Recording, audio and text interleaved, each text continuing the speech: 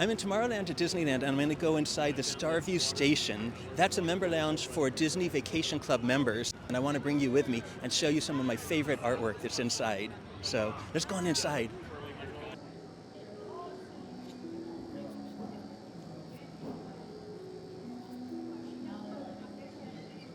For those that don't know, the Disney Vacation Club, or DVC, is Disney's timeshare program, and members get special perks like access to Star View Station here. There's also DVC lounges in Walt Disney World. This lounge has an outer space theme since it's here in Tomorrowland. This building originally was the home of the Carousel of Progress. A version of that still exists in Disney World.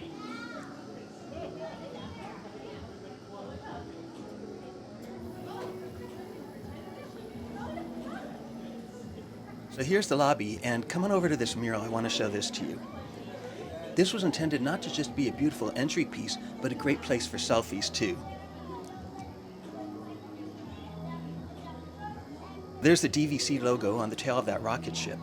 This artwork shows the rocket ship headed toward the Star View Station, and that space station was inspired by a prop that was used in Walt Disney's Disneyland TV series back in the 1950s. The actual prop is inside, so I'll show you that too.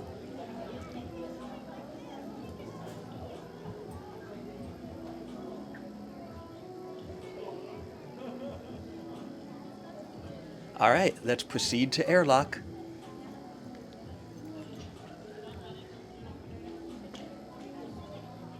This tunnel has photos of various Disney resorts and places that you could visit with your DVC points.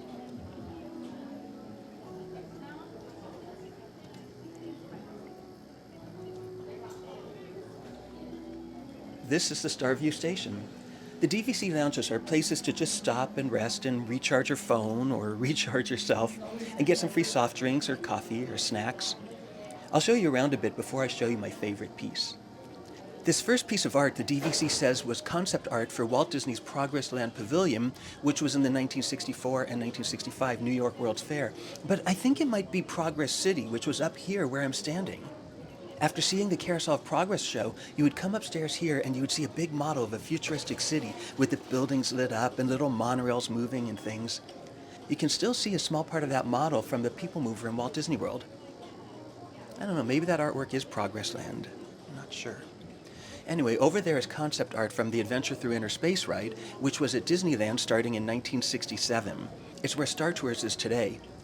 That's the mighty microscope that you would see before you would board your Omnimover vehicle and shrink down to the size of a snowflake. You can see the People Mover in the background, and the People Mover would go through the building just like that. Moving through the microscope, you would see little models of people and vehicles going through it. And when I was a kid, I believed it really was the park guests shrunk down. That's where you get your drinks, and then they usually have a snack like a little pack of cookies or pretzels or something. This is really cool. This is one of the costumes that used to be worn here in the park. K7 the Spaceman was actually here in 1955. This was before you could meet Mickey Mouse or any other characters yet. One article I've seen said the kids loved his asbestos costume and plastic helmet. Is it really asbestos? I'm glad it's behind glass. This photo shows some similar costumes, although those are later costumes. K7 is the first one. Over here is that model that I told you about that's on that mural in the lobby.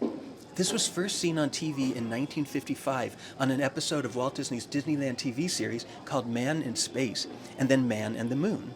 Man and the Moon took a real look at how scientists were preparing for a flight to the moon, and using this model explained how a real space station like this with a whole crew aboard would play a part. And here's my favorite artwork. It's a texturized reproduction of artwork by Mary Blair.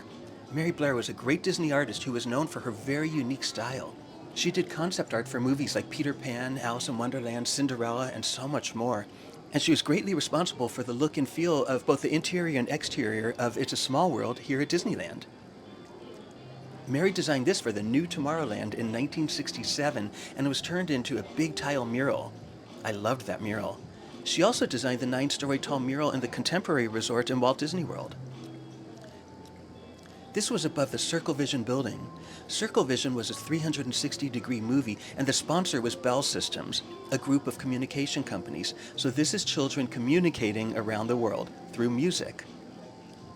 Over at the right here, you can see the copyright 1967 WED Enterprises.